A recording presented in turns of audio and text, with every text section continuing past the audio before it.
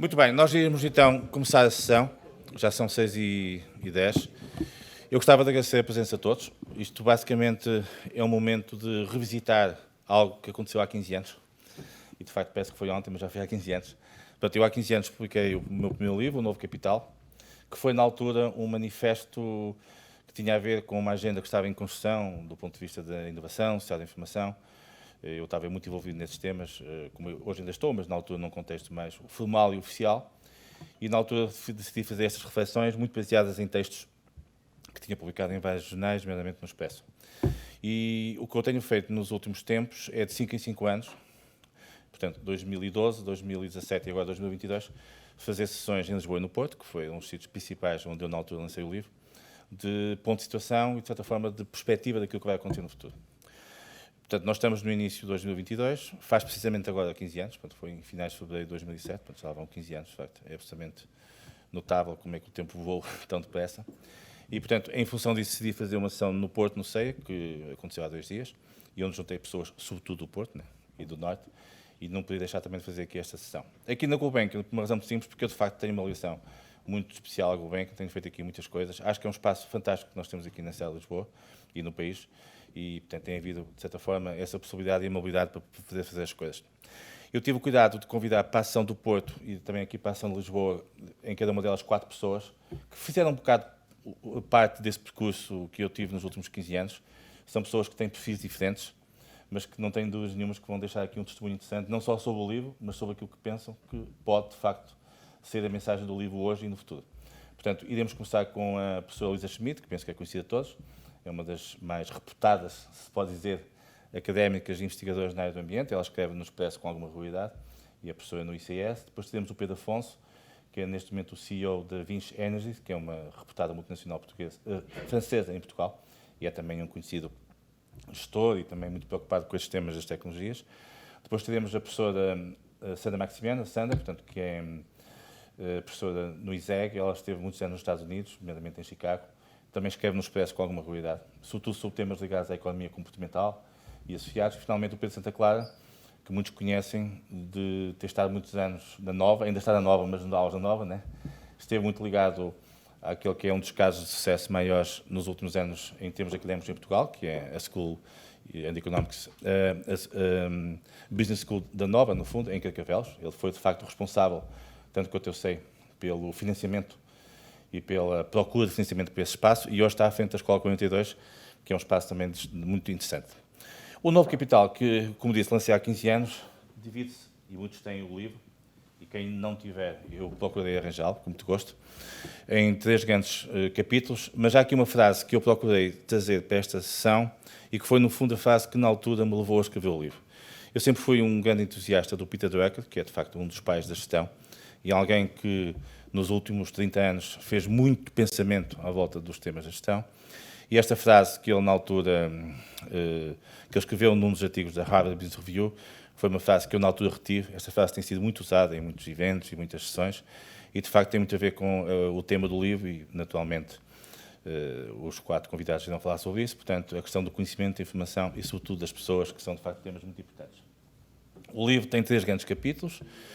Esta ideia do Novo Capital resulta um bocado de uma vontade que eu na altura tive de pegar no conceito do capital de Karl Marx e num texto que eu na altura tinha lido num jornal francês, acho que foi no Le Monde, onde na altura brincava, entre aspas, um bocado com esta ideia de que o capital do Marx estava novamente atualizado, estava outra vez na moda, e eu resolvi pegar um bocado nisso, sobre 3 dimensões: o capital estratégico, o capital operacional e o capital criativo. Eu tenho aqui 3 reflexões para cada um deles, muito rápidas, sobre aquilo que eu, na altura, pensavam que eram preocupações e que eu acho que 15 anos depois, não sei o que é que os convidados vão dizer, se mantêm atuais e, sobretudo, na minha opinião, menos bem realizadas. A primeira tem a ver com a questão do government. Eu estive muito envolvido nesta questão, e estou de outras formas atualmente, daquilo que é uma preocupação de construção de um governo mais, de um Estado mais inteligente, mais ágil, muito ligado à digitalização. Eu acho que, de facto, foram feitas evoluções muito positivas nos últimos 15 anos. É desse tempo que, no fundo, faz parte todo o investimento maciço que se tem feito nos últimos anos, e agora vai ser feito novamente com o PRR e outros financiamentos. Mas a ideia que eu tenho, do ponto de vista pessoal, é que, apesar desses investimentos que foram feitos, e dessa digitalização maciça, continuamos a ter em Portugal um Estado pouco ágil, pouco inteligente e pouco confiante dos cidadãos. Eu pessoalmente faço uma avaliação desse ponto de vista menos positiva. A questão das redes, acho que houve um trabalho muito importante nos últimos 15 anos de construção de redes e para isso contribuiu muito a Academia e hoje, sobretudo os jovens que estão na universidade, penso que o Pedro Santa Clara falará disso, habituaram-se muito à construção das redes, acho que é uma nota positiva destes últimos 15 anos. E, finalmente, um tema que eu acho que é muito preocupante nos tempos que correm, que tem a ver com a questão da atração, fixação de pessoas, recursos e talentos. Nós temos um problema hoje em Portugal de falta de pessoas e de recursos, não só de talentos, mas também de pessoas para trabalhar nas empresas, e esse acho que é um tema claramente muito preocupante, 15 anos depois. Depois, na parte operacional, um tema que na altura me pareceu também muito importante, e que eu abordo no livro, que tem a ver com as cadeias de valor. Nós integramos nos últimos anos algumas cadeias de valores internacionais, nomeadamente no setor automóvel e também no setor da logística, mas a pandemia veio-nos trazer de novo para baixo do processo. E eu acho que muito do que está a passar hoje em Portugal, com a falta de matérias-primas, com a incapacidade das empresas de automóveis de terem carros para vender aos clientes, o que se passa também noutros setores tem muito a ver com o facto de não termos feito essa construção das cadeias de valor de forma inteligente. Depois a questão da gestão 4.0, que tem muito a ver com a utilização da tecnologia, e a questão da educação, que penso que o Pedro Santa Clara irá abordar, e, portanto, eu evito estar a falar aqui sobre o tema. Portanto, isto eram 3 frases que, na altura, foram muito citadas no livro: inovação aberta, design thinking, plataformas colaborativas, estão na ordem do dia, acho que são cada vez mais o nosso futuro. Nos próximos 15 anos, na minha opinião, e com isto termino, estas vão ser algumas palavras absolutamente críticas. A primeira tem a ver com a questão do propósito, do purpose, ou seja, é importante que as organizações e as pessoas definam muito bem qual é o seu propósito, e a pandemia vai nos obrigar a fazer isso. Depois a questão da governance, acho que nós temos em Portugal dificuldades e deficiências muito grandes do ponto de vista de governance. Não é por acaso que o indicador que todos os anos o IMD, que é uma reputada escola de gestão da Suíça, faz sobre a qualidade da gestão no nosso país, continua a apontar no nosso país índices muito baixos de qualidade de gestão, que é uma coisa impressionante. Como é que nós não conseguimos, nesta matéria, evoluir e ter, de facto, modelos de governance e de gestão mais atuais e mais eficazes. A questão da confiança está muito associada também a este pós-pandemia, perceber até que ponto é que as pessoas e as organizações vão retomar o seu contexto de confiança, e isso vai ser um aspecto absolutamente fundamental, na minha opinião. A questão do valor. O valor é um aspecto muito importante porque, fruto, sobretudo, dos trabalhos que foram feitos na área social, por exemplo, com o Diogo Vasconcelos e com outras pessoas, o conceito de valor mudou muito e hoje temos a questão do valor partilhado e a questão do valor social. E, finalmente, a questão da excelência, que é algo que nos traz aqui. Portanto, agradeço mais uma vez a todos a presença, espero que seja uma sessão simpática. Cada um dos oradores vai falar mais ou menos 10, 15 minutos, né? É o que está combinado.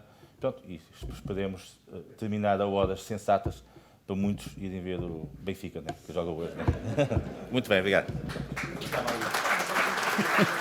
Muito obrigado pelo convite, então, e é um único slide. E eu queria começar por falar, um dos temas que o livro me suscitou, teve a ver com a educação. Este livro sublinha, portanto, é ali o primeiro ponto, sublinha bem o quanto a educação está, de facto, no fulcro de toda a possibilidade de mudança para uma nova configuração do futuro do país e da sua posição até no mundo global. E, portanto, quando se comparam, nós sabemos que quando se comparam os indicadores sobre educação e é frequente, é recorrente, estão sempre a falar, o caso da Irlanda, o caso dos países do ex-leste, verifica-se que continuamos em último lugar. E isso, o Jaime, aliás, fala disso no livro. A educação sempre foi o nosso handicap, são décadas perdidas, primeiro no final do século XIX e depois com o Estado Novo, e, portanto, é esse o fator-chave, eu diria que é esse o fator-chave da mudança, um fator-chave fundamental da mudança qualitativa que precisamos. Claro que é evidente que o acesso e a generalização da educação foi a grande conquista de Abril. Demos saltos gigantescos em muito pouco tempo, seguidos depois do período da ciência com Mariano Gago, o Diogo Vasconcelos e Mariano Gago, mas está na altura de repensar muito seriamente. A educação é essencial em todos os graus de ensino, desde o infantário à universidade, mas coloca um grande ênfase no básico e no secundário. As escolas, sobretudo o ensino básico e secundário, hoje em dia, vivem assustadas com os relatórios de execução, chamados relatórios de execução, que lhes são impostos. Os professores vivem à beira de um ataque de nervos, não é? E estão esgotados e desiludidos. E toda a cadeia educativa tem que ter uma mudança. Há qualquer coisa que está a envenenar o nosso sistema educativo que tem que ser alterado.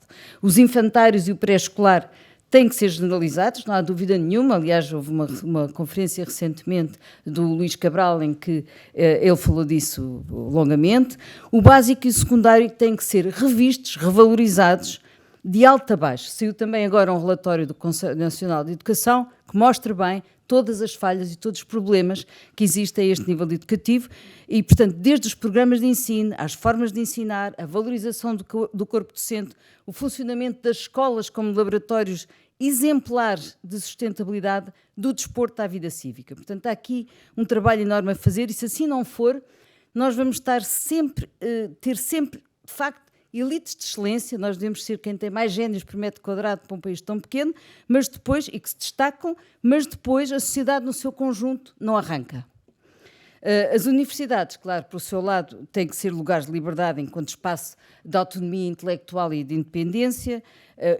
O exercício de pensamento crítico é cada vez mais importante. Lugares portanto, de diversidade também, não é? Onde a riqueza da interdisciplinaridade tem que ser cada vez mais praticada. Lugares de descoberta, não é? Do saber das novas gerações, da ciência e da pedagogia, o lugar onde se dão as descobertas, e é muito importante, e atenção que em Portugal são as entidades em quem a sociedade mais confia, vê-se isso nos inquéritos dos Eurobarómetros. E, portanto, é importante, têm aqui um papel de responsabilidade muito, muito grande. E depois também temos de pensar a educação e a formação ao longo da vida, porque quando olhamos também, por exemplo, para o tecido empresarial, e os dados do INE mostram isso, mostram o quê? Mostram, nomeadamente, os baixos níveis de educação dos gestores das pequenas e médias empresas. E isso prende-se com o que o Jaime estava a dizer dos modelos de governança. É um problema grave que temos. Portanto, segundo aspecto, a importância do conhecimento efetivo. A ideia de que a sociedade de conhecimento não é apenas divertida, com os seus imensos gadgets eletrónicos, mas de sim uma sociedade empenhada em usar o conhecimento para fins explícitos e criativos. E isto ganhou atualidade passados 15 anos, porque proliferam os gadgets, o potencial de divertimento dos gadgets é enorme, desde o metaverso, os jogos, a realidade virtual, mas é muito importante que o conhecimento e a tecnologia não sejam raptados pelo divertimento e pelo recreio, mas sim que criem conhecimento operativo, que sirva para produzir coisas que criem valor, com a efetiva capacidade de gerar valor sustentável e, portanto, de enriquecimento em dinheiro e em ética. E, portanto, a alta tecnologia não pode efetivamente ser alienante, isso é também, de certo modo, referido no livro, tem que estar ao serviço da sociedade e ser utilizado em tudo o que importa, desde a economia circular, à energia, etc. Com certeza outros falarão deste assunto. Terceiro aspecto, a participação, colaboração e redes. Uma ideia que é muito importante e que ainda por cima é uma ideia livre, que é desenvolvida no livro. As pessoas são livres de desenhar as suas redes ou escolher as parcerias mais adequadas. As parcerias que fazem parte do ODS, dos Objetivos de Desenvolvimento Sustentável 16, são fundamentais numa sociedade que tem que ser mais colaborativa e menos desconfiada, que é outro problema grave que nós temos. Nos inquéritos do European Social Survey vê-se isso. Os portugueses são aqueles que mais desconfiam uns dos outros. E isto não é só em relação às instituições, é uns dos outros. Portanto, é preciso trabalhar de forma criativa e atenta aos outros.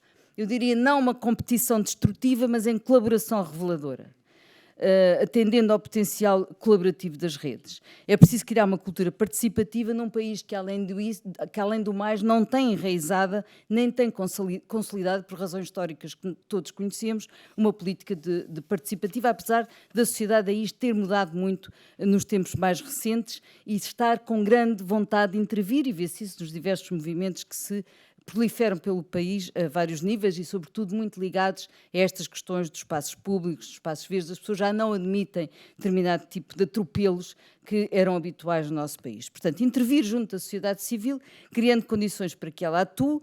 É preciso criar condições de mobilização participativa e isso cria-se com informação, condições comunicativas, que é outra falha que muitas vezes temos, é a capacidade comunicativa, vimos isso até de certo modo na pandemia, não é? Que implica em políticas de comunicação moderna, de proximidade e de confiança. no fundo, e antiburocráticas, porque é outro problema grave que nós temos, incluindo com as novas tecnologias, não é? Nós temos também uma tendência para a burocratização excessiva. Quarto aspecto, a articulação de escalas no território, que a certa altura no livro, o Jaime escreve que prefere que não aconteça aquilo que um estudo das Nações Unidas prevê para a Grande Lisboa, que é, em 2015, tornar-se a terceira maior área metropolitana da União Europeia, com 45,3% da população no país. E, felizmente, isso não aconteceu. Mas não podemos deixar de considerar que o desordenamento do território do nosso país continua a limitar imenso a integração territorial e a coesão social e a performance ambiental. Quando pensamos, por exemplo, num desafio como as alterações climáticas, percebemos os impactos que os impactos aumentarão exponencialmente justamente devido ao desordenamento do território. Basta pensarmos nas zonas costeiras, na floresta desordenada, nas áreas suburbanas, dos leitos cheios, etc. Portanto, sabemos as vulnerabilidades a que estamos expostos e os estragos humanos e materiais e económicos, não é? A que estamos sujeitos. Portanto, há que redesenhar o território em função disso, porque há novos desafios efetivos, não é? A que se levantam, estamos agora a viver o da seca, não é? Que se levantam com as alterações climáticas, justamente pensando, por exemplo, também na metropolitização. Se continuarmos sem política de habitação séria nas cidades, com as pessoas a terem de sair para as periferias desqualificadas e sem transportes, não é? Como nós sabemos, teremos um problema a agravar-se. Portanto, ou então se pegarmos, por exemplo, do caso do litoral, é lá que uma grande parte dos portugueses vivem e trabalham. Nas freguesias litorâneas vivem 2,5 milhões de portugueses. Nas freguesias litorâneas, depois pensarmos no litoral, 80% da população vive lá. Instalou-se ali um urbanismo recente. Quando eu digo recente, digo dos anos 70, é algo que começa a sério nos anos, e sobretudo 80 e 90, não é? Um urbanismo recente, residencial permanente, além do turismo e do recreio. E muitos destes sítios estão atualmente em risco e em recuo. Portugal já perdeu 12 quilómetros em termos de costeiros, portanto, e a tendência é perder mais. Portanto, o país está a ficar mais magro, o nosso retângulo está a ficar mais magro, e vai-nos custar muito caro, sejam quais forem as decisões que se tomem. E, portanto, a condição litoral e a subcondição costeira gera reorientações da política de território, de habitação e de equipamentos. E faz parte desse processo adaptativo às alterações climáticas e dos processos que, além disso, além das alterações climáticas e subida do nível do mar, temos a erosão, que é crescente e que é um fenómeno que também afeta muito a nossa zona costeira, portanto, que gera as tais perdas também objetivas de território. Portanto, há que redesenhar uma política específica para as costas que passe por, primeiro, encontrar uma forma de gestão. Lá está a governança. Nós temos só na zona litoral 95 instituições, eu tomei nota, e 150 leis para aquela zona costeira, e não estou a meter aqui as juntas de freguesia. Portanto, e nem as câmaras, nem as autarquias. Portanto, é preciso uma espécie de pacto de regime para gerir a zona costeira integradamente, com um quadro de atribuições que pode ter um perfil regional, mas tem que ser articulado. E este é um dos problemas principais com que nos vamos confrontar nos próximos tempos. Portanto, para além dos grandes ameaças em termos de alterações climáticas, já as sabemos, além da seca, dos incêndios, é esta questão do litoral. Sexto aspecto e último, a questão da integração ibérica. A integração ibérica no sentido das regiões de proximidade, como o Jaime escreve. O Jaime escreve, não é tanto Lisboa e Madrid, são as regiões vizinhas, como a Galiza, Minho, Andaluzia, Alentejo. Isto faz todo sentido, não é? Uma ideia de integração ibérica transfronteiriça e efetiva, a relação de proximidade. Aliás, a Fundação La Caixa tem investido muito nesse tipo de projetos transfronteiriços, justamente no interior de Portugal e no interior de Espanha, que não tem os mesmos problemas que o interior de Portugal, também, como sabemos. Mas creio que não é só transfronteiriça. Nós temos uma oportunidade única de integração transversal através dos rios internacionais. Porque se soubermos desenvolver a governança ibérica nas bacias hidrográficas comuns, nós estaremos também a fazer um fantástico exercício de integração com vantagens a todos os níveis, desde o ordenamento do território até às águas, à ciência e à tecnologia. Portanto, Portugal devia puxar fortemente para cima da mesa a questão dos rios. Os 5 rios internacionais que nós temos são ibéricos. Portanto, as nossas veias ibéricas e a sua sanidade quantitativa e qualitativa, fazendo uma coordenação intensíssima com Espanha, e nós precisamos disso como de pão para a boca, não é? e, portanto, dinamizar a gestão conjunta supranacional com uma estrutura própria, mas que funcione, e não esta comissão da bacia hidrográfica, que, quer dizer, reúne muito esporadicamente, portanto, e ainda por cima estamos em contexto de seca neste momento. Portanto, e depois, outra coisa muito importante é a interconexão das redes elétricas com o resto da Europa. Estes são os dois grandes problemas que o resto da Europa não liga muito, que é a nossa seca e as nossas águas, e é a questão da interconexão das redes elétricas para atravessar os Pirineus, não é? E isso é um problema que nós temos, e se tivermos uma ação ibérica, teremos muito mais força a impor em termos europeus. Portanto, tem que se trabalhar a pensar com escala ibérica. E passou 10 minutos. 10 minutos. Muito obrigada.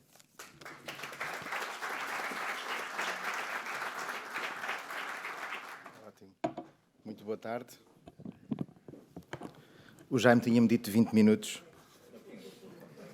mas foi o que me escreveu no WhatsApp. O Jaime é muito ativo no WhatsApp. E a primeira coisa que queria dizer, ainda antes aqui do livro, o Jaime é um pouco isto que estamos a ver aqui na sala.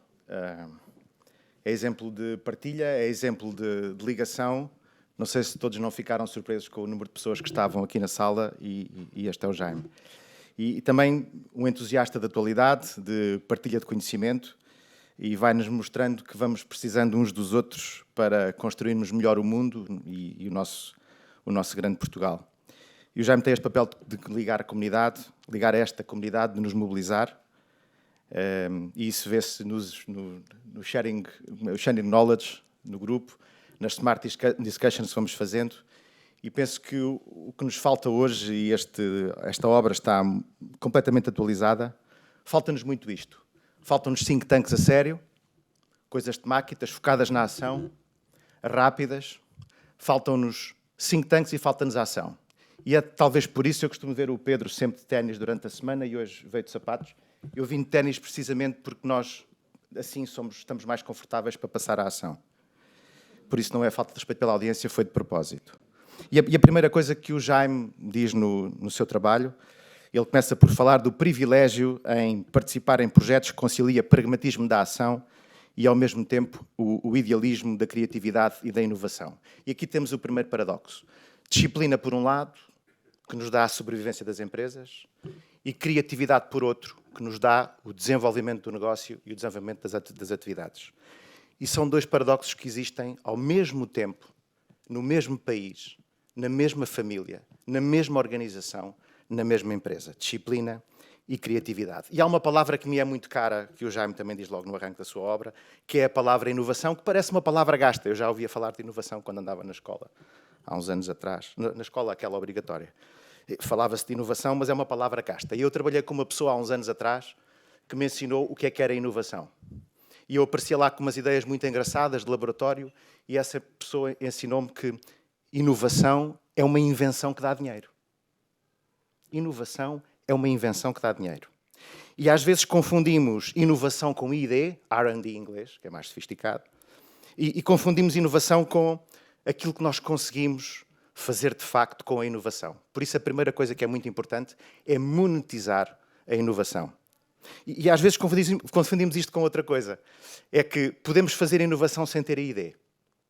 Porque quando nós fazemos inovação diretamente no cliente, focados no problema que queremos resolver, aprendi na minha escola de engenharia, que a engenharia não é mais do que transformar ciência e conhecimento em serviços e produtos úteis às pessoas para tornar as sociedades mais felizes. Está aqui uma pessoa na sala que uma vez disse isto numa aula. E eu nunca mais me esqueço disto. E isto não tem nada a ver com laboratórios. Tem a ver com resolver problemas na sociedade e resolver problemas às pessoas. E é disto que nós precisamos nas empresas. Por isso este conceito de inovação está um bocado mal arrumado na sociedade, nas nossas cabeças, às vezes nas escolas, e ensinamos mal a inovação aos estudantes. Porque quando chegamos às empresas, se não conseguirmos monetizar a inovação, arrumamos a nossa carreira, arrumamos a nossa empresa. E por isso é muito importante pensar nisto. Estouramos muito dinheiro, e a palavra é estourar, em inovação que não serve absolutamente para nada. E o problema maior é quando o dinheiro é público. E agora estamos num momento de reflexão profundo sobre isto, porque estamos à porta de um P2030, de um PRR, onde cada euro investido tem que ser criteriosamente investido para ser reprodutivo. E isto implica saber o que é gastar dinheiro e não ter o retorno do dinheiro. E é mais fácil saber quando o dinheiro é nosso. Quando o dinheiro é dos outros, é muito mais difícil saber o que é que isto quer dizer. Muito mais difícil. Por isso eu gosto muito deste conceito de que cada euro investido tem uma reprodutividade, mas para isto nós temos que ter cultura mental para saber parar de gastar dinheiro em inovação quando ela não serve para nada, e para isso é preciso coragem. E ao mesmo tempo é preciso coragem para saber gastar mais quando aquela inovação é reprodutiva e tem um objetivo qualquer à frente. E para os dois é preciso uma coragem muito forte. Coragem para parar de correr mais riscos e coragem para continuar a correr mais riscos quando assim se justifica. E para isso é preciso fazer contas, é preciso medir. A sacana da matemática anda sempre atrás de nós. É preciso medir e depois é preciso decidir com sensibilidade em cima das contas, porque não são as contas que mandam. E pronto, é isto. Sobre inovação, vamos ver se conseguimos fazer alguma coisa a partir de agora. E depois há outro tema na inovação, que é, às vezes ficamos na inovação como um objetivo. E a inovação é um meio, não é um fim. Portanto, depois de nós inovarmos, termos uma ideia que achamos que dá dinheiro, temos que ir vender, que é uma palavra que é cara aos portugueses. Às vezes os portugueses têm medo de vender. Parece que vender é um problema. E as redes, que o Jaime fala no trabalho, na sua obra, e a inovação implica que haja um processo de venda. E eu costumo dizer lá nas nossas empresas que se nós queremos dançar salsa, convém ir dançar para um baile de salsa, onde normalmente há outras pessoas que estão a dançar salsa, nós aprendemos com eles, e há também um professor que nos ensina a dançar. Portanto, se eu quero que a minha inovação tenha mercado, eu tenho que ir para o mercado, tenho que ter mundo, tenho que ganhar mundo, tenho que a pôr no mundo. O Pedro Santa Clara, desculpem dar-lhe vários exemplos, mas fizemos algumas coisas. Ele dizia no tempo da Nova que o melhor trabalho que fazia era ser pedinte. Pronto, ele dizia isto de forma simples. Era a definição dele de vender. Era isso que ele estava, de facto, a fazer. Portanto, temos que cada um de nós reinterpretar o que é que temos que fazer com essa inovação, e uma delas é vender. E por vezes, quando estamos nisto da inovação, pedimos dinheiro para criatividade tecnológica. E isso está bem, numa primeira fase, mas não chega. E eu lembro-me sempre de um caso concreto, entre 2007 e 2006, na minha vida profissional anterior, noutro grupo, noutro contexto acionista. Fizemos uma startup, na altura na área da televisão digital, alguns na sala lembram-se desse período, e foi um período muito duro para mim. Durante 4 anos levantámos dinheiro, inclusive de fundos internacionais, sobretudo para investir em desenvolvimento. Criámos um centro em Portugal, outro em França e outro em Taiwan, e estávamos a gastar dinheiro naquilo. E se eu voltasse agora atrás, aquilo que eu tinha feito era, no fim do 2º ano, parava de investir em I&D e focava em 2 coisas fundamentais. Uma forte força de vendas e uma forte força de marca. E essas 2 só surgiram à beira do fim dos fundos que tinham chegado, e depois foi o último ano à procura de um investidor para comprar aquela empresa toda. Correu-nos bem. Podia ter corrido mal. Portanto, imaginem o dinheiro a acabar, 60 postos de trabalho em causa. Pronto, só o vivido é que é compreendido. Por isso, vendas e marca é muito importante, e o Jaime fala disso em várias zonas da sua obra. O mundo não é linear, não chega a inovação, é preciso mais vendas e mais redes, como diz muito bem no seu trabalho, ou até às vezes começar por aí, começar pelo mercado, começar pelas redes. Não devemos ser tímidos, que é bem diferente de sermos arrogantes. Noutra zona, o Jaime fala na integração em ecossistemas e em redes, integráveis em novas redes, e tem estas 3 dimensões do capital: o capital estratégico, o operacional e o criativo. E no estratégico tem 4 pontos. E eu vou só dizer os pontos e o que é que eles significam para mim. O primeiro ponto é dar rede aos atores, aos vários atores que estão em causa. E eu posso-vos dizer, dos atores que conheço, há uma grande dificuldade de trabalhar em rede em Portugal. E isso é um problema de cultura. É um problema da nossa forma de ser. Gravaram-nos assim. Não sei se a responsabilidade é dos nossos pais, dos nossos avós, mas fomos assim gravados, fomos assim educados. E eu sublinho que as redes, isto a gente diz às vezes aos empresários, às empresas que nós estudamos para adquirir, sabem que o nosso grupo, na Vinci Energies, nós fazemos aquisições em série, todos os anos fazemos alguma aquisição, e, portanto, estudamos muitas PMEs em Portugal, sem exceção. E uma das coisas que nós sempre dizemos é que as redes não tiram poder aos atores. As redes fazem aumentar o mundo disponível para fazer negócio. E as pessoas interpretam que quando se cruza capital nas empresas, que o seu poder vai desaparecer. Depois um outro ponto que o Jaime também toca é as TIC. E hoje a palavra já não é TIC, a palavra é digital, mas o livro foi escrito há 15 anos. E por isso, mas a visão está lá, claramente, e o digital está em migração para o cognitivo. É também uma migração que estamos a viver agora. Se na Revolução Industrial, há 300 anos atrás, trocámos músculo humano por máquinas, hoje estamos a trocar funções fundamentais da nossa mente, de inteligência, por algoritmos. E isto não é novo. Aquilo que é novo é que está a ser aplicado na prática, porque mesmo a parte do cognitivo, eu estudei informática no técnico, já há 25 anos que se estudava heurísticas em inteligência artificial. Portanto, isto é antigo, não é de agora. A questão é que agora há produtos comerciais que resolvem problemas concretos na sociedade. E é aí que está a oportunidade de monetizar a inovação que o mundo andou a fazer durante muitos anos. Portanto, haja força, haja vontade e haja disciplina de gestão para procurar o mundo que está a comprar essas coisas. A aposta no interior, o Jaime já nessa altura falava disto. E eu conto-vos só uma história rápida. Dia 6 de março de 2020, abrimos, a nossa marca mais conhecida é a Axians, abriu um centro de engenharia em Castelo Branco, que é a coisa mais, embora esteja a 2 horas de Lisboa, é a coisa mais longe que existe para se fazer um centro de engenharia. A base é o Politécnico que existe naquela cidade, e eu posso-vos dizer que, meio dúzia de dias depois, apareceu a pandemia. Ainda fizemos uma inauguração toda sem máscaras, não estávamos assim, todos mascarados. E posso-vos dizer que nós tínhamos um plano e o plano saiu todo furado, porque a gente pensava que, passado 3 meses, tínhamos aquela equipa a operar na nossa linha, na nossa value chain, de entrega de valor aos nossos clientes, e posso-vos dizer que estamos agora a começar a fazer isso. Portanto, passou um ano, aliás, passaram 2 anos, e portanto, todo o nosso plano saiu furado, e todas as ajudas que houve das formações às pessoas que iam começar a trabalhar, da Câmara, etc., saiu tudo furado.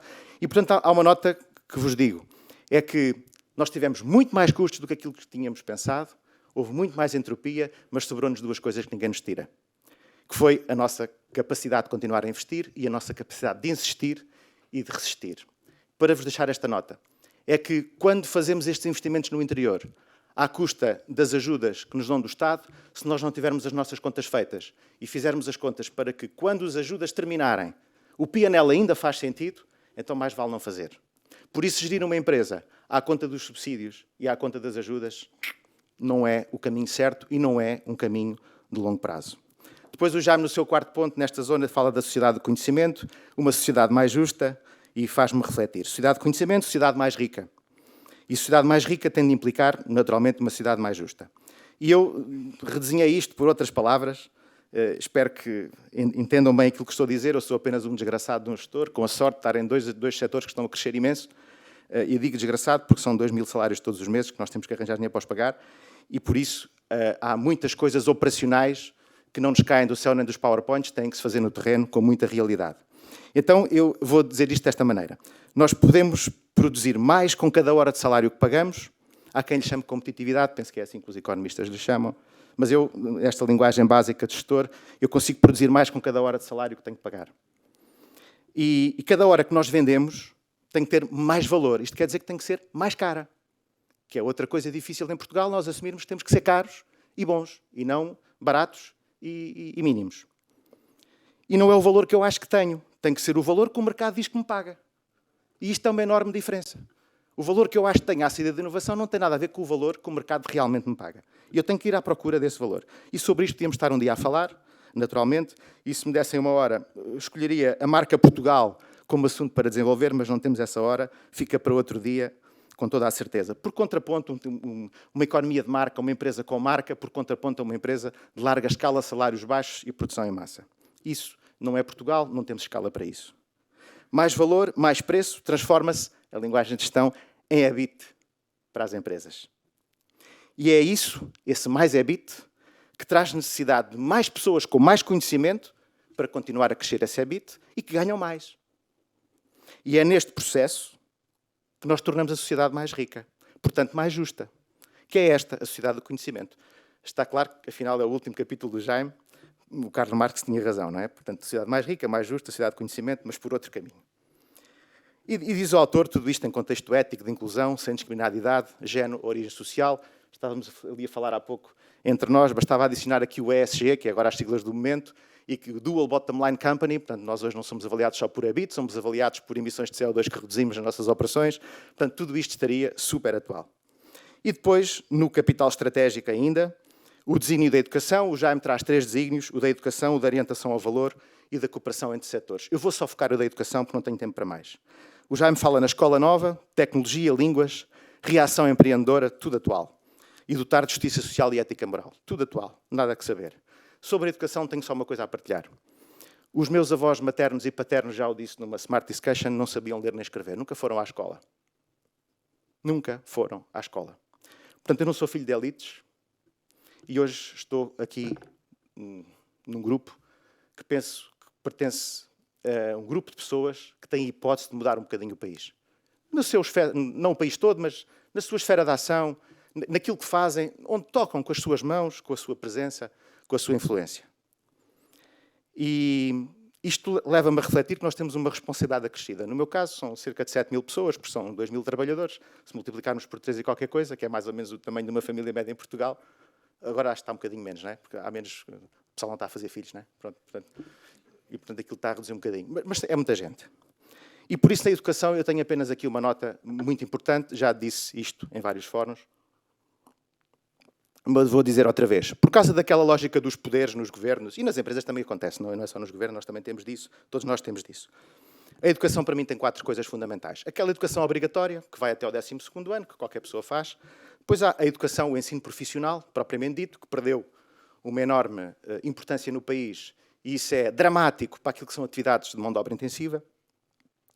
Temos o ensino profissional, o ensino superior e tecnológico, a parte fina do ensino, vamos dizer assim, e desculpem os professores universitários que estão aqui na sala, mas penso que concordam comigo. E depois temos a aprendizagem ao longo da vida. Esta última, se calhar, está mais nos institutos de formação, Ministério do Trabalho, a segunda no Ministério da Ciência e da Tecnologia e a outra no Ministério da Educação. Os clientes disto são as empresas que contratam pessoas. E o que vos digo é que isto é uma cadeia de valor completa e integrada.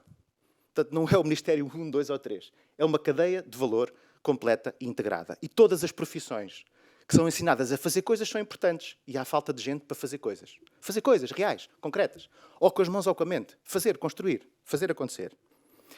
E este é um dado. O outro dado é que isto tem que ser ligado com a empregabilidade. No nosso grupo, nós temos 342 posições de trabalho que não conseguimos preencher à data de hoje. 200 e qualquer coisa são do digital. Mas são 342. É uma brutalidade. Se amanhã estivessem ali 342 pessoas, ali à porta, com aqueles skills, a gente contratava-as todas. E como podem imaginar, o salário médio é superior, nestas contratações, é superior ao salário médio nacional. Eu diria, já disse isto noutros fóruns, que acho que o que era preciso era arranjar aí outro almirante, provavelmente, e fazer uma task force para ligar isto. Ligar a empregabilidade com educação. A educação, mas não é o Ministério da Educação. É a educação, em sentido lato. E desculpem esta forma de falar, mas isto é ação. Por isso é que estou de ténis, não se esqueça. Uma nota muito importante para estes setores é que vai haver mais dinheiro disponível do que pessoas para fazer os projetos. Muito mais dinheiro disponível do que pessoas para fazer os projetos. Portanto, o nosso problema já não é vender este ano para o ano ou para o outro, é conseguirmos concretizar o dinheiro disponível que existe para fazer os projetos. E sobre este tema estamos conversados. Capital estratégico, capital operacional. No capital operacional, o Jaime deu a nota, e a Luísa falou disso, e o Jaime escreveu, em vez de estarmos sempre a repetir os exemplos dos nórdicos, nós somos nórdicos. Alguns de nós têm olhos azuis, mas a maioria não tem. Os exemplos dos nórdicos da Irlanda são exemplos, porque não somos nós não somos assim. Vamos fazer a análise por cá. Nos 4 pontos que o Jaime enumera no livro, o primeiro que o Jaime enumera, e bem, mantém-se completamente atual. Falta de cultura de empreendedorismo, somos avessos ao risco e avessos a uma cultura dinâmica positiva, faltam os tais think tanks, faltam sharing knowledges, como o Jaime muito bem endereça e mobiliza, faltam momentos de reconhecimento positivo. Estamos sempre a apontar as faltas, mas não fazemos muito reconhecimento positivo uns aos outros e temos um bocadinho de inveja quando o outro tem sucesso. Por isso temos muito pouco disto. Segunda coisa que o Jaime diz, falta de rigor na organização de processos, decisões, horários e timings. Toda a gente tem exemplos disto nos últimos 3 dias, de certeza, eu não vou dar nenhum exemplo. A ausência de prática de uma cultura de cooperação. Sobrevive quem se liga a dinâmicas de escala, com valor e em rede. Também falo por experiência própria. Trabalhei 17 anos num grupo português, em Portugal uma grande empresa, até cotada na Bolsa Portuguesa, mas quando mudamos para uma das 50 maiores empresas da Europa, quando passamos a fronteira tudo muda. Passamos 10 segundos a explicar o grupo e 20 minutos a explicar o que é que temos para vender. E quando não temos isto, temos que explicar durante 10 minutos o país, durante 20 a empresa e depois é que vamos vender. Já perdemos o tempo do interlocutor. Por isso temos que pensar que as grandes empresas são o grande chavão, são o grande motor de algumas dinâmicas de internacionalização que temos que pôr no país. O Jaime vem a um outro ponto, que é a lógica de low-cost support para a criação de emprego. Ele diz que já não funciona. Não funcionava há 15 anos e não funciona agora, Jaime. Eu sou um acérrimo crítico, mas muito forte crítico, de trazermos para Portugal fábricas de serviços em série ou até fábricas de software em série.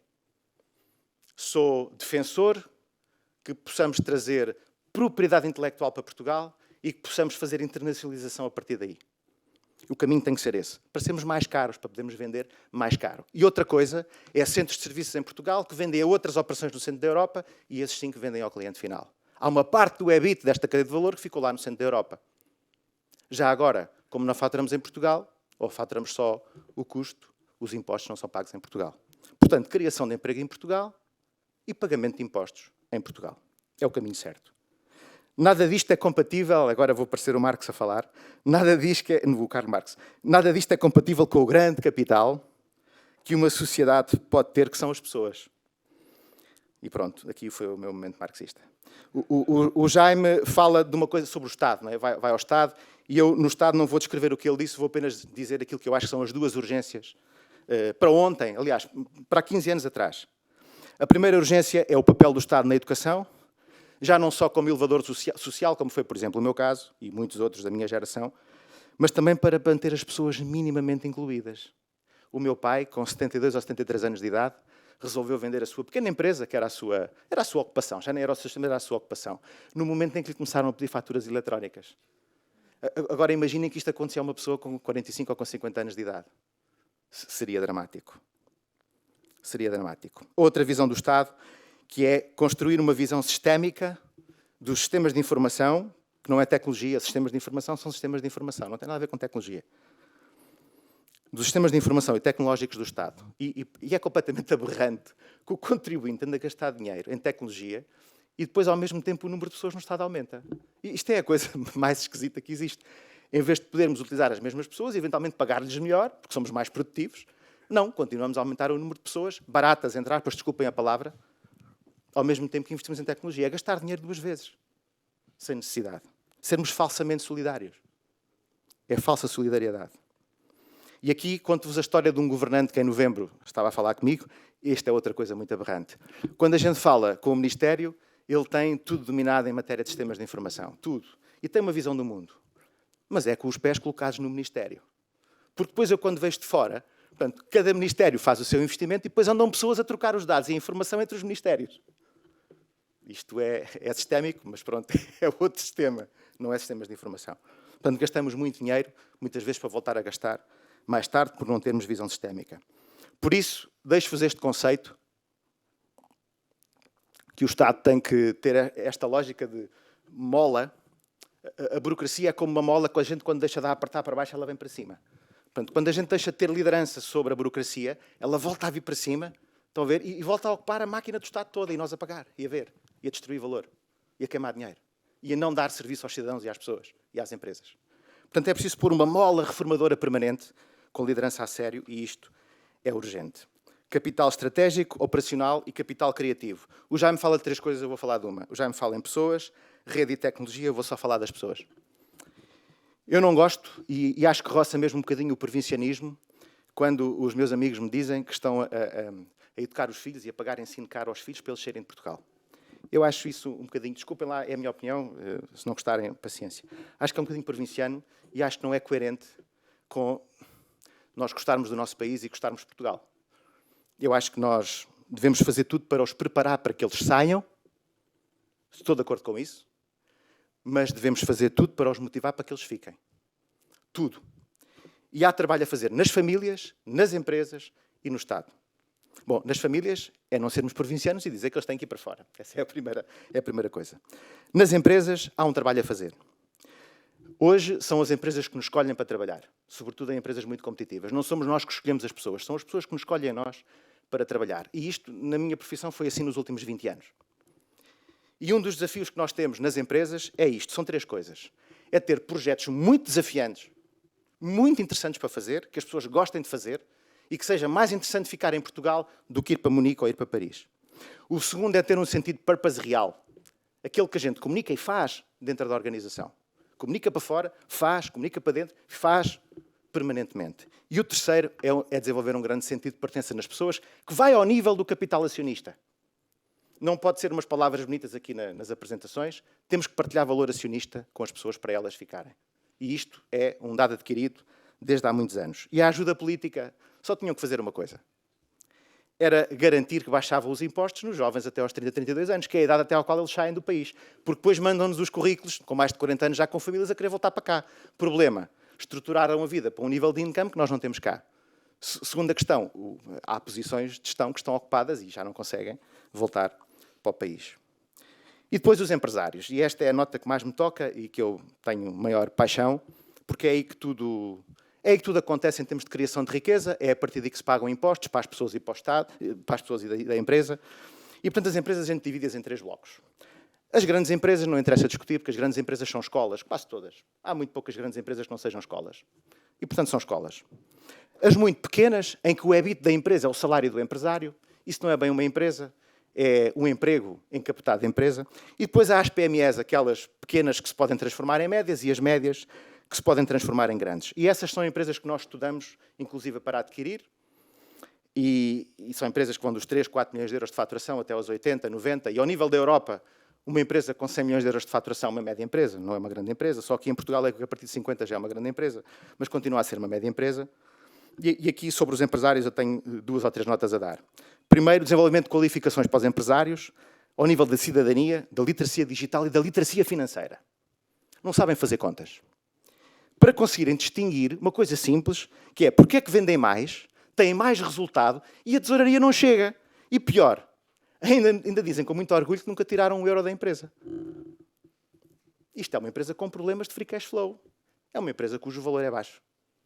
Portanto, os empresários têm que gerar dinheiro e têm que tirar dinheiro para si. Não há nenhuma dúvida sobre isso. E isso aumenta o valor das empresas para fora.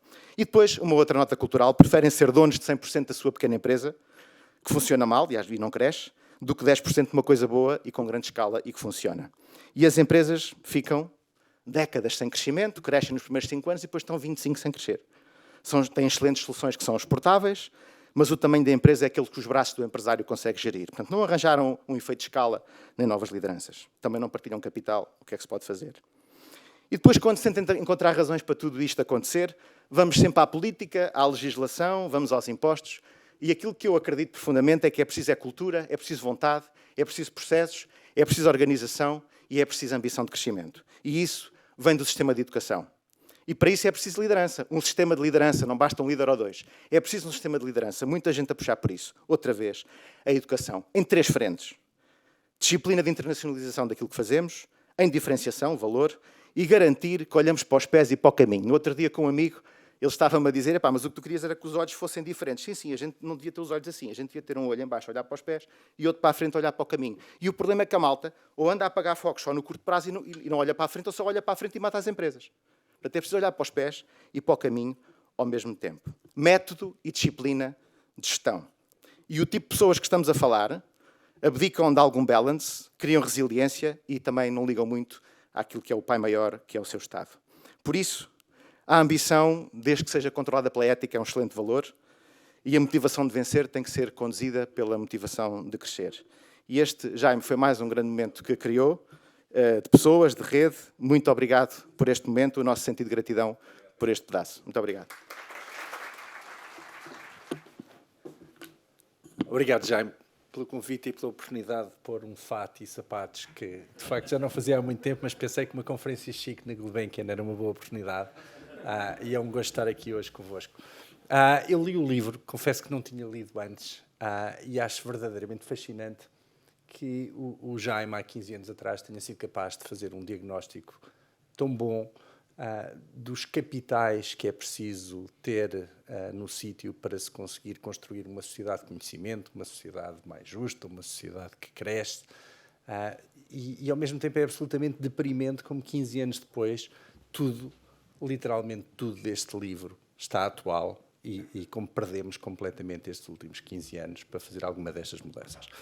E aquilo que eu queria falar hoje, e vou falar sobretudo na educação e nas universidades, e penso que nem tenho que justificar isso, porque o Pedro e a Luísa já o fizeram por mim, mas aquilo que verdadeiramente me fascina é como é que nós podemos pôr estes diagnósticos em prática? O que é que falta?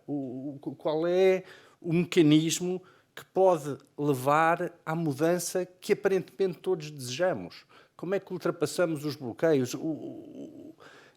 Este é o... Eu estava a comentar com a Sandra que este país é absolutamente fascinante no uso assim, de uma terceira pessoa que paira algures na atmosfera. Devia fazer-se, tem que se fazer, não tem sujeito nem tem propriamente predicado. É assim, um desejo fluido que nós partilhamos. E aquilo que me choca como sociedade é a complacência generalizada com a mediocridade. Desculpem. Pronto. E, portanto, vou falar um bocadinho de universidades e, como bom liberal que sou,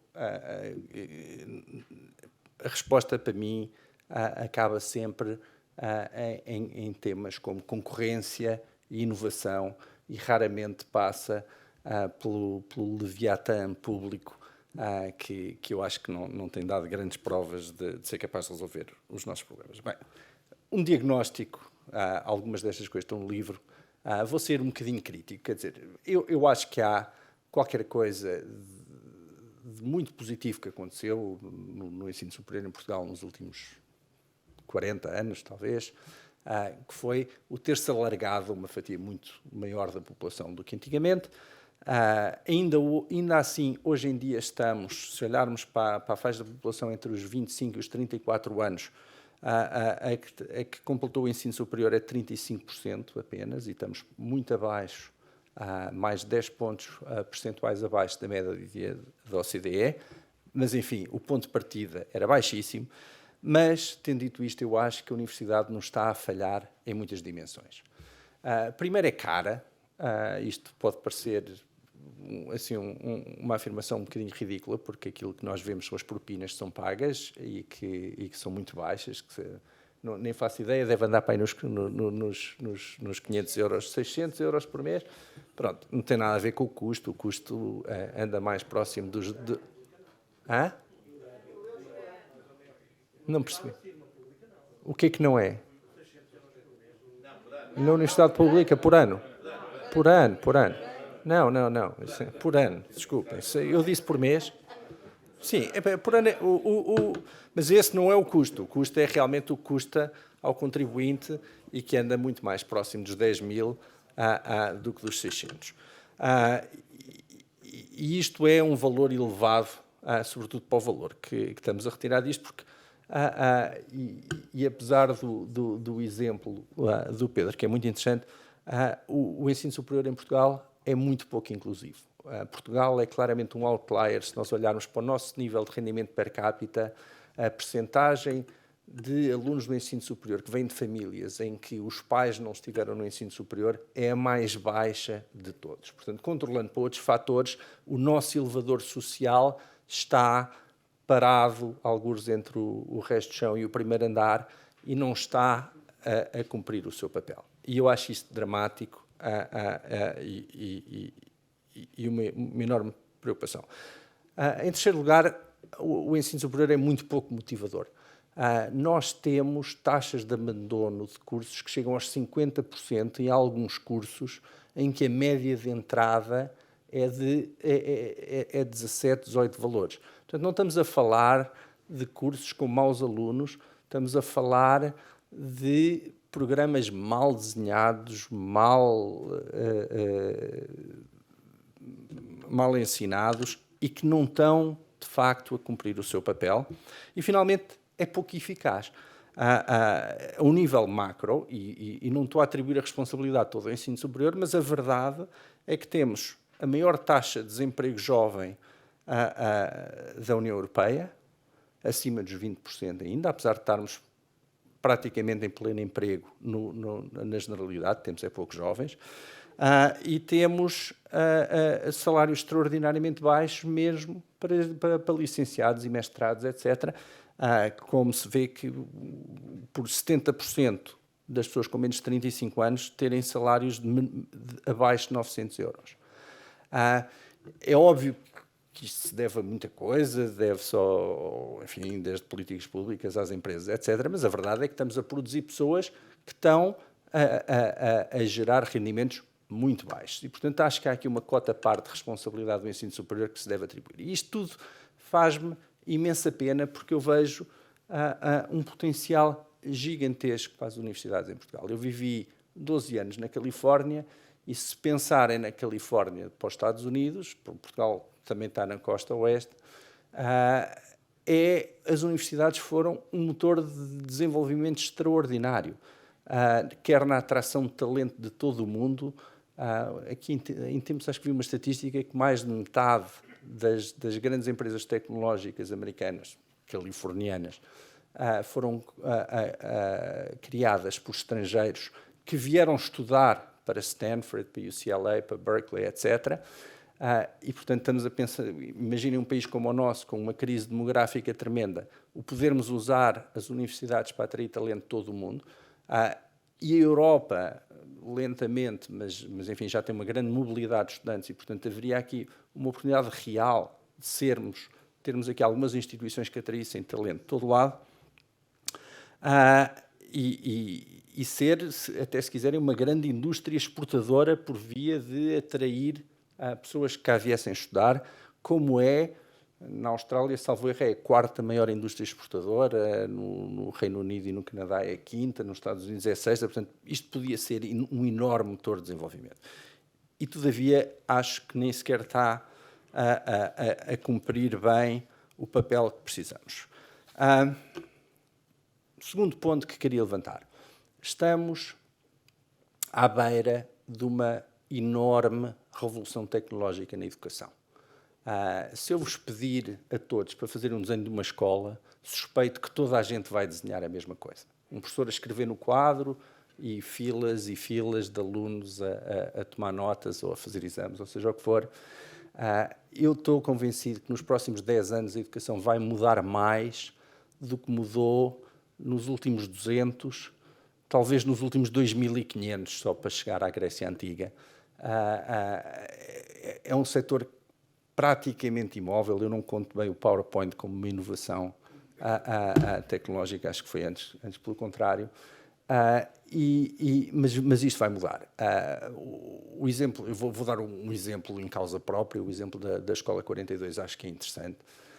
É uma escola em que não há aulas, em que não há professores, mas sim há uma grande equipa pedagógica que desenvolve uma plataforma de aprendizagem que conduz os alunos através de uma sucessão de desafios, cabendo-lhes a eles a aprender o que é preciso, com muita colaboração entre pares. Portanto, é um exemplo muito interessante, porque é uma escola que usa a tecnologia para desenvolver um modelo pedagógico mais eficaz. E isto, nos próximos anos, vai absolutamente explodir. Vamos ter novos players, desde já as grandes universidades do mundo, pós-pandemia, perceberam que podem operar à escala global e estão a fazer grandes investimentos nesse sentido. As grandes empresas tecnológicas, a Google, a Amazon, etc., vão entrar nesta indústria, já estão a entrar nesta indústria e vão investir o que for preciso para ter um lugar importante nesta indústria. E, finalmente, vamos ter milhares de startups em EdTech a inovar na educação. Até porque esta pandemia foi uma experiência engraçada. Nós resolvemos fechar em casa todos os empreendedores do mundo a ver os filhos a ter umas aulas absolutamente lamentáveis por Zoom. E daqui saem milhares de pessoas a dizer: eu sou capaz de fazer muito melhor que isto. No ano passado, mais de 20 bilhões foram investidos em startups de tecnologia de educação, o que é 4 vezes mais do que estava a ser investido por ano pré-pandemia. Há neste momento 38 unicórnios na área de educação, e disto tudo vai, nos próximos anos, e não sei dizer se é daqui a 2, se é 3, se é de 5, ou seja, se é 10, vai surgir aqui uma avalanche de inovação, de novos modelos pedagógicos, de novos players, etc. E preocupa-me a capacidade de resistência das nossas universidades este choque adicional, se quiserem.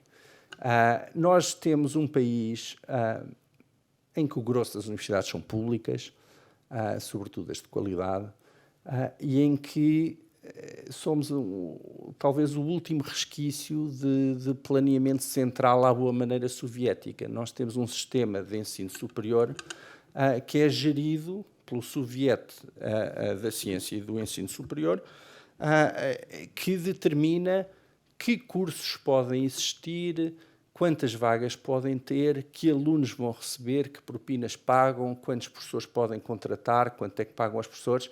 Isto é uma loucura. Isto não funcionou na União Soviética para organizar as padarias. Em 2022 é absolutamente ridículo pensar que isto é uma organização possível para um setor que se queira dinâmico, que dê resposta, que cumpra não só as necessidades do país, como seja capaz de ser um motor de exportação, de atração de talento, etc. E, portanto, para ser mesmo prático, que é o que eu gosto de ser, apesar de não ter trazido ténis, eu acho que é preciso alterar o sistema e acho que há 2 pontos-chave que é preciso mudar.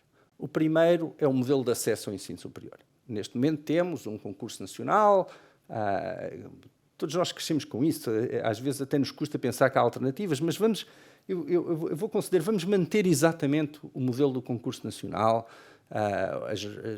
as notas do, já nem sei, 10º, 11º, 12º, os exames, as provas gerais, as provas específicas, não sei o quê, há uma nota final e o Estado dá um cheque de educação aos alunos que estiverem acima do nível qualquer nas mesmíssimas provas nacionais, só para não alterar demasiado o sistema.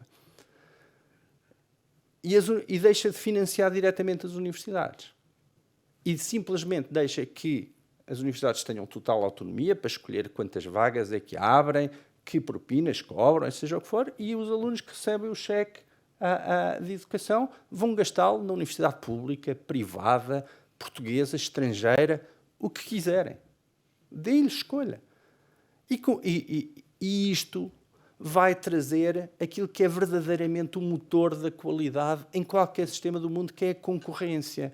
Nós olhamos para as grandes universidades americanas, e eu fui professor durante muitos anos em UCLA, elas concorrem ferozmente umas com as outras para atrair alunos, para atrair professores, para atrair financiamento para a investigação. É essa concorrência que traz qualidade. Nós temos um sistema absolutamente perverso que está desenhado para impedir a concorrência e a inovação. O sistema de números clausos, na verdade, hoje em dia só existe para proteger as piores universidades. Nós estamos a dizer que as melhores não podem aceitar mais alunos, porque senão pobrezinhos dos piores iam ficar sem alunos. Isto é feito à custa da formação dos nossos filhos.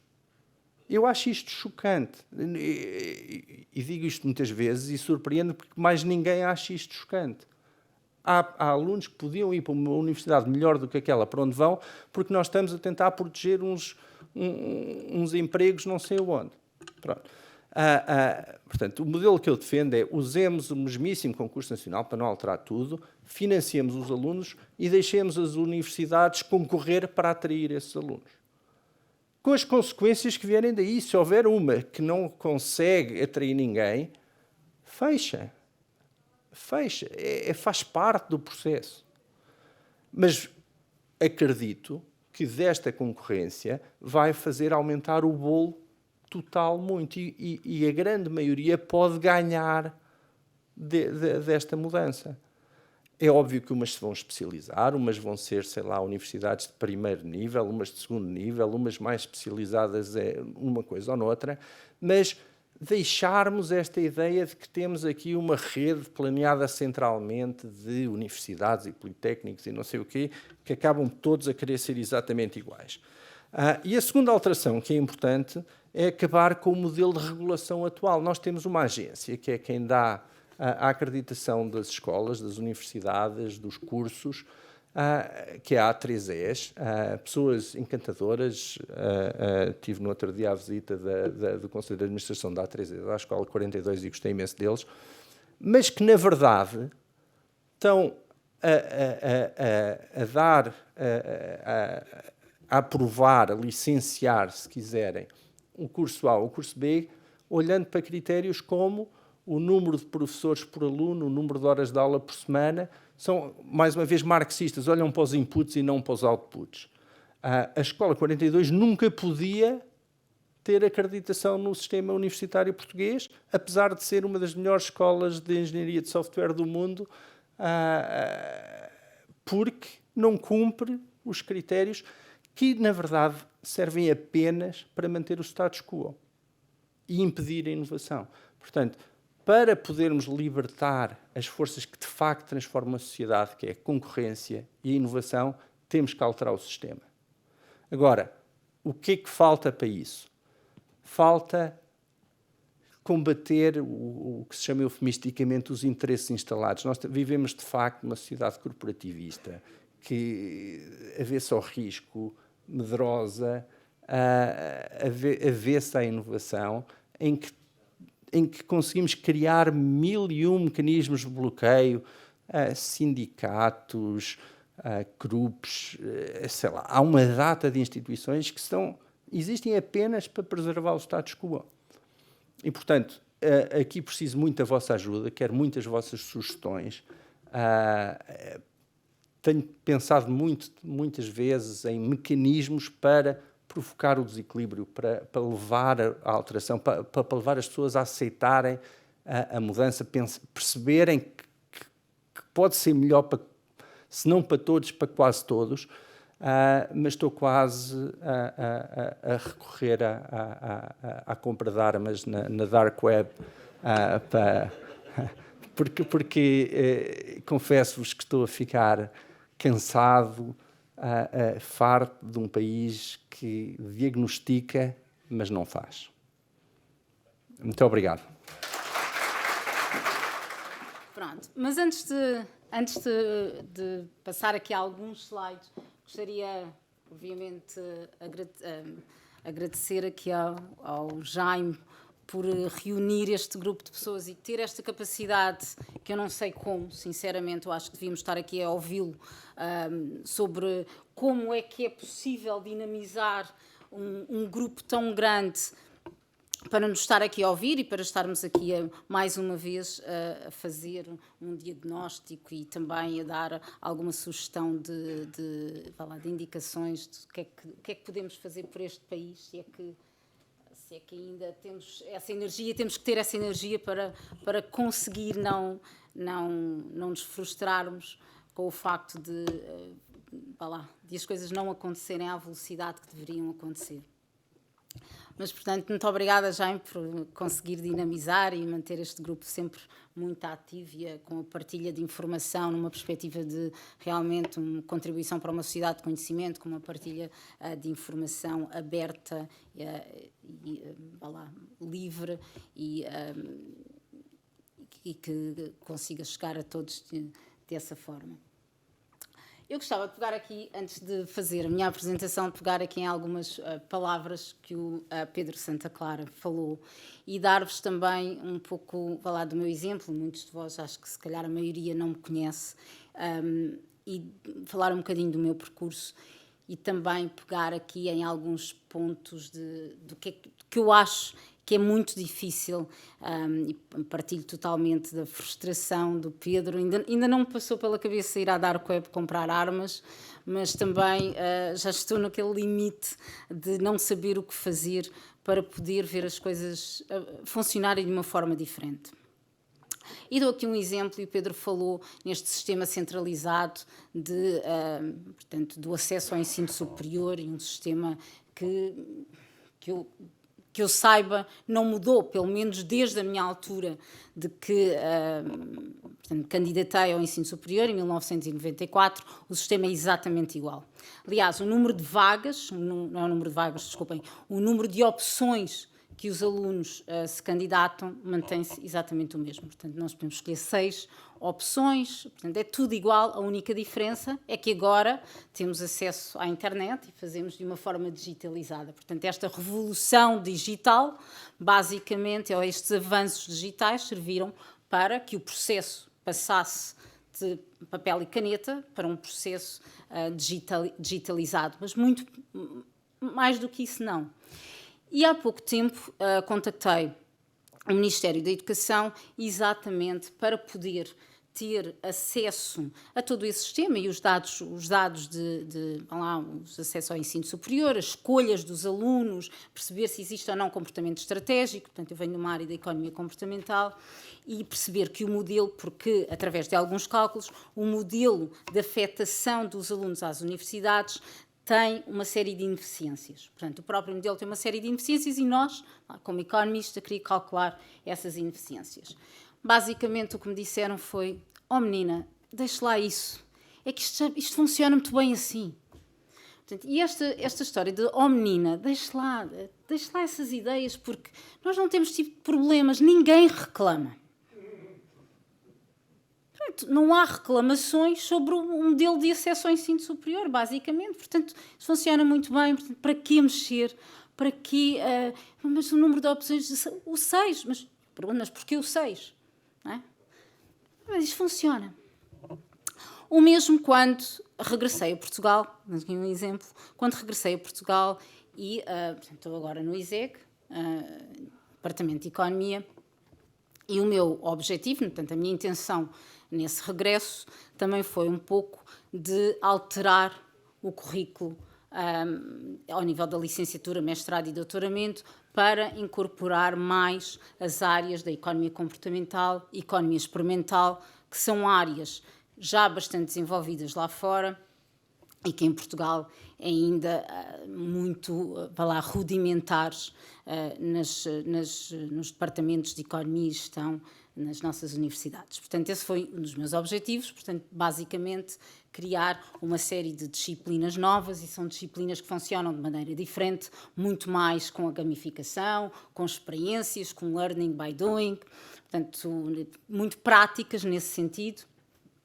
E, mais uma vez, o que eu ouvi foi: menina, deixe-se lá disso, porque os nossos alunos, eles não gostam assim muito de novas coisas, alterações assim, mudanças muito radicais, depois são assim muito desconfiados, não estão assim muito preparados, e assim, uma forma muito paternalista.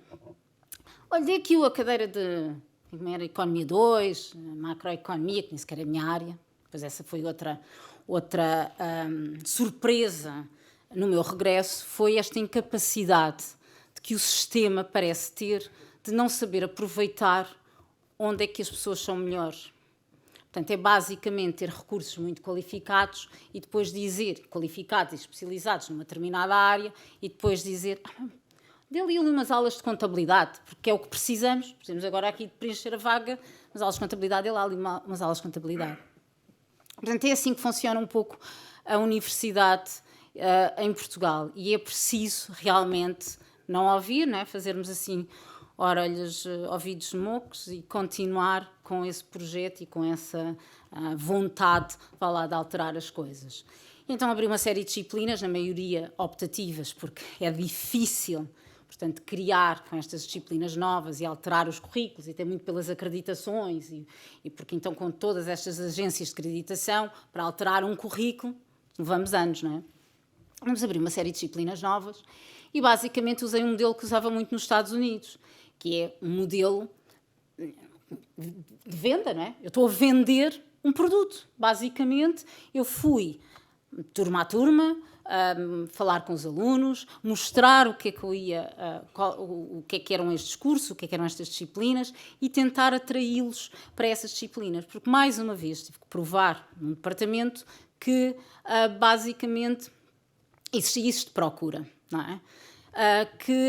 Portanto, aquela vaticinar logo à partida o funcionamento das disciplinas, porque não haveria procura, não é bem o caso, mas nós também temos, se é um produto novo, nós temos que o apresentar, não é? Dar esses teasers e portanto, fazer essa venda e atrair estudantes para a escolha dessas disciplinas, o que é muito comum nos Estados Unidos. Por exemplo, nos Estados Unidos, a mesma disciplina dada por pessoas diferentes pode ter um currículo completamente diferente. Não é? Portanto, tem o mesmo nome, imaginemos, economia comportamental, mas depois os tópicos podem ser diferentes, a forma de dar pode ser diferente, o sistema de avaliação pode ser diferente. Porquê? Porque há concorrência, não é? Entre aqueles docentes para tentar atrair os alunos para a sua disciplina, para o seu slot, vá lá, a sua session. E isso cá é um pouco impensável que na mente de muita gente de se quebrar um sistema e se incluir essa concorrência ao nível, portanto, do funcionamento académico. Portanto, há muito que fazer, mas eu acho que, sobretudo, o que temos mesmo que fazer é não dar muitos ouvidos àquelas pessoas que sistematicamente nos puxam para trás e, pronto, levar o barco para a frente e mostrar que depois de o produto funcionar, não é? Que há muito, que se podem fazer coisas. Portanto, isso acho que é muito importante. Deixem-me então só aqui mostrar-vos alguns slides. Portanto, 15 anos passaram, não é? Sobre o novo capital e, infelizmente, este manifesto é extremamente atual. Portanto, é basicamente essa ideia com que ficamos, é ler página a página e pensar, bem, isto podia ter sido escrito hoje, com algumas nuances, não é? Temos aqui, acho que não chego ao último slide, nuances como, se calhar, palavras como sustentabilidade ambiental, os objetivos para o crescimento sustentável, resiliência, adaptação, capacidade de adaptação. Portanto, algumas palavras aqui e acolá tornariam este manifesto extremamente atual.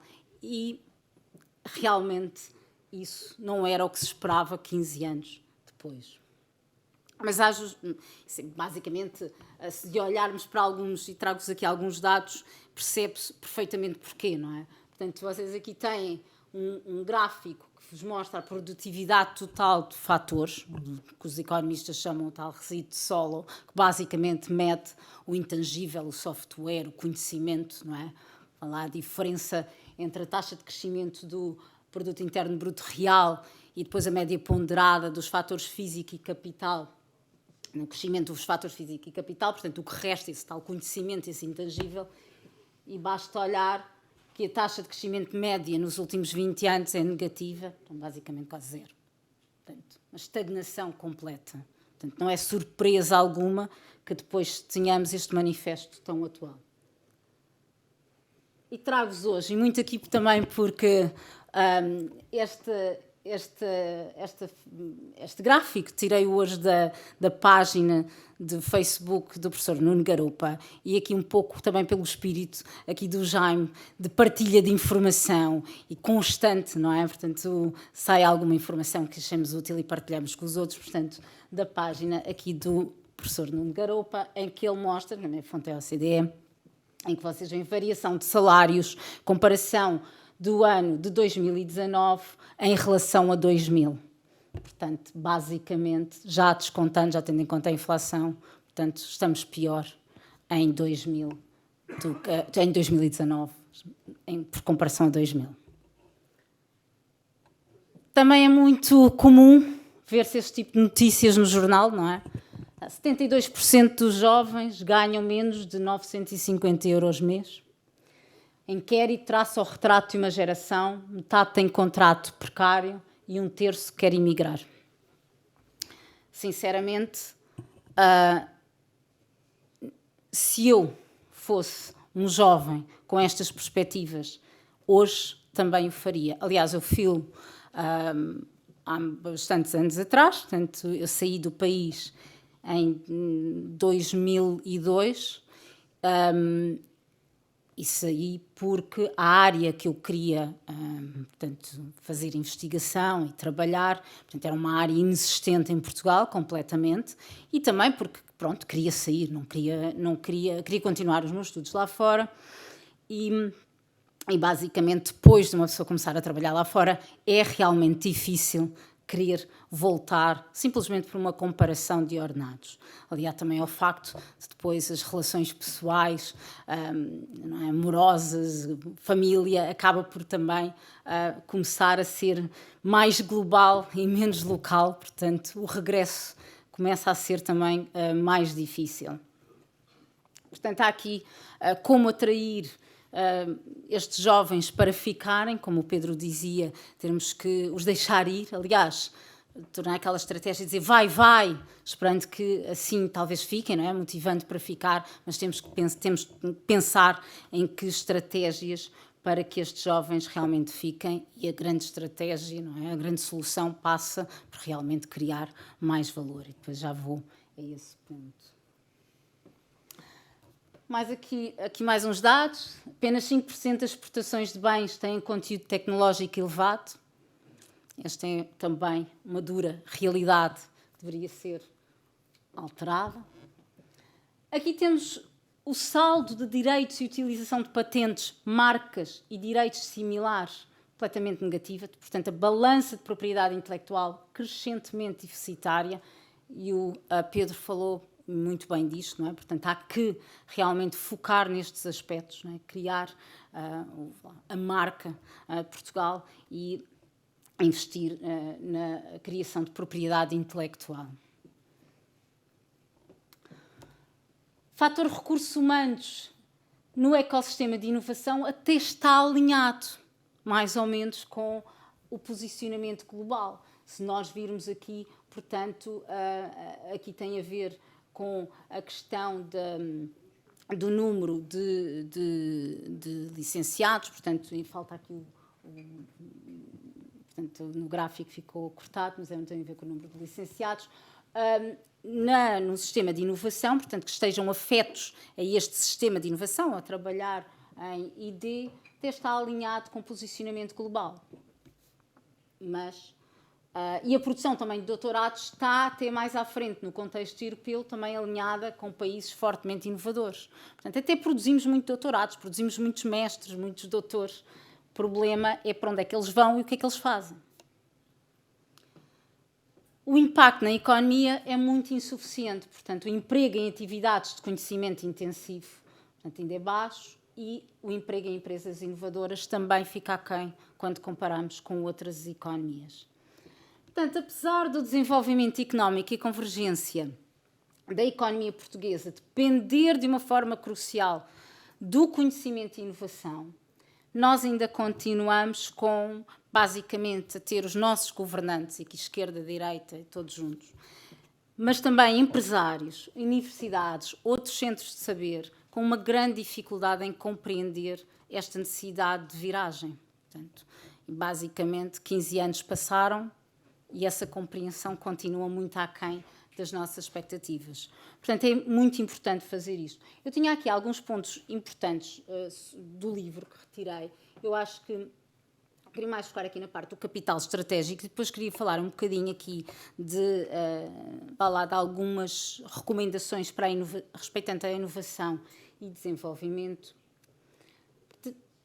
Vou só aqui pôr aqui um resumo deste do capital estratégico, em que o Jaime fala de competence building, portanto, e aqui inclui todos os atores do sistema, portanto, administração central e local, universidades, politécnicos, outros centros de saber, empresas, associações, tecido social, onde ele menciona todos, elites globais, elites locais, todas as pessoas locais ou globais. Portanto, e basicamente nós precisamos do quê? Precisamos de mais educação, orientação para o valor, portanto não é uma educação vazia, mas é uma educação também com essa, e o Pedro falou muito bem na sua intervenção, que haja uma constante orientação para a criação de valor. Aposta na inovação e tecnologia e na criatividade.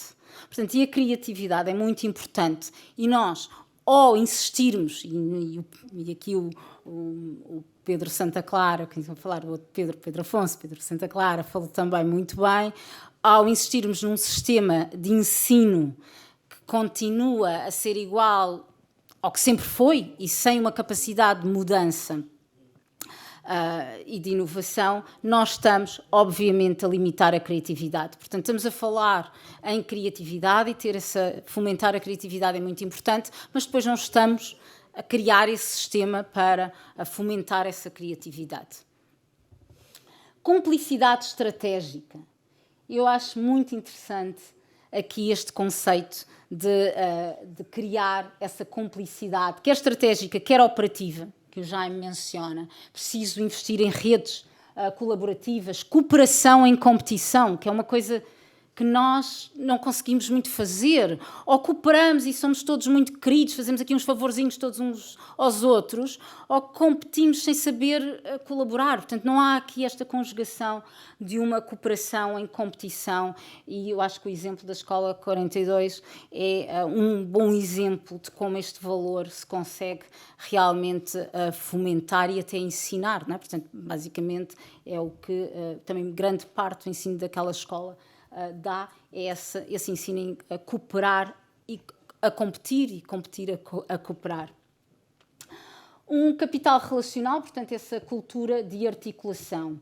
E aqui também vos queria dar um outro exemplo da minha experiência pessoal. Eu fiz o meu doutoramento na Holanda, na Universidade de Amsterdão, mas basicamente no instituto, no Tinbergen Institute, que é um instituto que coordena 3 universidades, 2 em Amsterdão e uma em Roterdão, e, portanto, é um programa de doutoramento extremamente competitivo e consegue ser competitivo a nível internacional. Porquê? Porque juntou 3 grandes universidades que trabalham em colaboração. As aulas tanto podem acontecer em Amsterdão como em Roterdão. E viajava-se. Agora existem comboios de 30 minutos. Na minha altura a viagem durava 1h30. E as pessoas faziam, iam e vinham. Portanto, esta história de que nós pensamos muito neste país e temos algumas dificuldades, obviamente, geográficas, e no sentido lá, territoriais, e não temos um país plano a nível território plano como a Holanda tem, portanto temos dificuldades acrescidas nessa mobilidade, mas temos também esta visão de que é tudo tão longe. O Porto é longe, ir mesmo a Coimbra é longe, não é? Ir a Braga é longe. E quando vamos para outros países, nada é assim tão longe. E mexemos, e movimentamos. Portanto, é muito difícil. E tenho falado nisso, até com várias pessoas de diferentes universidades. Por exemplo, Portugal, nós não oferecemos, e na minha área, um programa de doutoramento em economia que seja competitivo ao nível internacional e que consiga realmente atrair estudantes internacionais de topo, como o Pedro Santa Clara também referiu, que tínhamos essa possibilidade de o fazer, até porque temos bons ativos nas universidades, temos um espaço, um território incrível e temos infraestrutura física para tal. Mas depois não temos esta capacidade colaborativa, porque somos muito pequeninos e andamos a competir uns com os outros. E oferecemos uma multiplicidade de mestrados. Cada escola oferece, o ISEG então tem uma série deles, e aqui pessoas que se calhar até lecionam nesses mestrados, pós-graduações. A Nova, idem. Universidade do Porto, também, Faculdade de Economia do Porto, Braga, e não temos esta capacidade de pensarmos global. Nós estamos sempre a pensar de uma forma local, como se o mundo ainda estivesse fechado e estivéssemos aqui só a competir internamente. Assim não vamos lá. Portanto, não somos capazes, cada um na sua pequenez, e aqui o Pedro Afonso também falou disso, não é? Temos um bocadinho aquele espírito, à mesma do empresário, não é? Que prefere, vá lá investir 100% numa pequenina empresa que não tem grande retorno financeiro, do que ter 10% no capital investido em grande empresa. Sim. Portanto, basicamente, o capital operacional, há aqui 3 pontos: capacidade mobilizadora, a capacidade organizacional e a capacidade de cooperação, são pontos muito, muito importantes. E depois eu queria focar aqui um ponto que se calhar não foi, que os meus colegas não focaram tanto, que é reinventar o papel do Estado. Eu acho que aqui o Jaime teve uma coragem grande em escrever alguns pontos no livro e que geram sempre assim algum desconforto. E eu também sinto isso muitas das vezes quando falo nesse aspecto, que é o Estado como uma plataforma de centralidade estratégica. Portanto, quando ouvimos falar um pouco nestes chavões, pensamos logo, mas agora temos aqui um planeador central, o papel das empresas e agora o Estado aqui de cima. E muitas das vezes o que eu penso não é bem assim. O que eu sinto era ótimo que tivéssemos, obviamente, empresas, empresários, um tecido empresarial capaz de duas coisas, não é? Portanto, qualificações necessárias, capacidade de investir em inovação e investigação e desenvolvimento, fazer inovação, portanto, tudo isso, mas também com uma visão estratégica para o país. Isso às vezes é difícil, não é? Temos aqui um conflito de interesses entre o interesse individual e o interesse público ou social. Portanto, uma coisa é pensarmos na nossa empresa, outra coisa é pensarmos no país como um todo. E no nosso dia-a-dia, e se calhar eu não sou empresária, mas sinto que existe essa grande dificuldade e nem é sequer essa missão de que os empresários o conseguem fazer, têm essa capacidade de o fazer. Eu acho que o Estado aqui tem esse papel, essa plataforma centralizadora, nem que seja até de criar think tankers, de criar essas redes, mais redes colaborativas entre empresas e centros de criação de saber, e também com esta discussão do que é que nós queremos para Portugal, não é? Portanto, falar dos próprios clusters, quais são os nossos fatores dinâmicos de competitividade, quais são os possíveis clusters de inovação. Portanto, falarmos de uma forma pensarmos todos de uma forma mais geral o que é que queremos para o país. E eu acho que faz falta exatamente explorar com os agentes estes fatores dinâmicos e também promover e potenciar o capital, portanto, o Estado promover e potenciar o capital estratégico e operacional que o Jorge menciona, sendo ele também parte desse mesmo capital. Portanto, é importante monitorizar e avaliar, e aqui ficamos aquém de outras economias e sociedades em geral. O Estado tem muito pouca capacidade de avaliar ex ante e ex post várias políticas públicas, e isso deve ser alterado realmente. Para onde é que vai o dinheiro? Portanto, mais ou menos temos uma ideia de onde é que vai o dinheiro, mas quais são os outcomes que daí derivam? Portanto, os resultados não temos, não sabemos muito. Criar estabilidade, mobilizar o tecido social, promover e qualificar a cidadania ativa, criar mecanismos de autocorreção de desequilíbrios, que também é um ponto importante que o Jaime menciona, não é corrigir constantemente esses desequilíbrios, portanto, um Estado apenas para apagar fogos, mas um Estado que consiga realmente criar esses mecanismos de autocorreção. E, por último, e acho que não vou ter tempo de falar aqui de algumas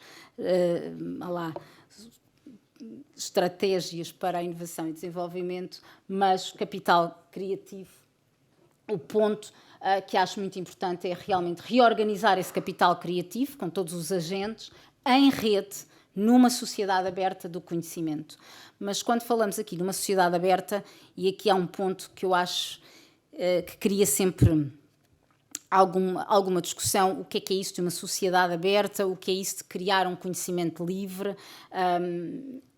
O conhecimento é valor, não é? Portanto, a criação de conhecimento gera valor, esse valor também deve ser remunerado, e há aqui sempre este ponto que fica para uma outra discussão, como é que nós podemos remunerar essa criação de mais conhecimento, mantendo esse conhecimento livre e aberto e acessível a todos, para criar, portanto, uma maior coesão social e uma sociedade mais justa e mais qualificada. Portanto, há sempre essa discussão aqui a fazer relacionada com a sociedade do conhecimento. E pronto, considerações finais, mesmo finalzinho, passados 15 anos parece que apenas falta escrever, como tinha-vos dito, sustentabilidade ambiental, capacidade de adaptação, para que o texto seja mais atual. Precisamos de refletir sobre como passar da palavra à prática. Portanto, e já que gostamos todos muito de refletir, por que não refletir de uma forma mais pragmática e como tornar este manifesto um escrito histórico? Portanto, acho que se calhar o convite que vos faria era que daqui a 5 anos estejamos todos aqui a olhar para este, assim, isso mesmo, para este manifesto como um escrito histórico e apresentarmos todas as estratégias de sucesso que foram feitas, entretanto, e implementadas por os vários atores importantes, elites e não elites deste país. Muito obrigada.